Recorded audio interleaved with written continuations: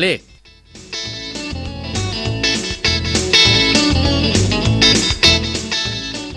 บ้าเลขว่าซั่น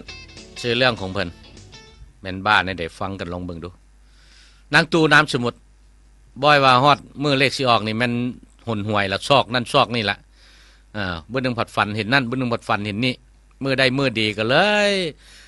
ป้อมน้ำเลขบ่ได้ยักเทื่อก็เลยนั่งจมว่า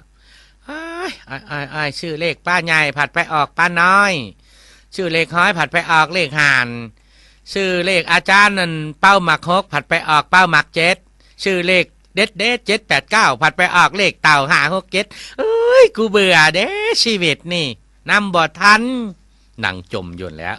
ทางผู้ผัวได้ยินเมียจมหลายก็ล้อขึ้นว่าเบ้าแบบเบ้าใส่ว่าหันแหละเจ้าหันขันเจ้าบ่มีเงินก็ขายหน้าหันเด้ไปชื่อหน้างวดหน้านี่ใกล้แล้วคอยเบิ่งหันใกล้แล้วทางเมียได้ยินสั่นแล้วว่าขึ้นนะอาชันบ่เฮ้ยใกล้แล้วบ่ใกล้อีเพียงละหันเฮ้ยใกล้สิถือวะเฮ้ยบ่มันข้างเคียงวะนี่ผัวเลยว่าขึ้นว่า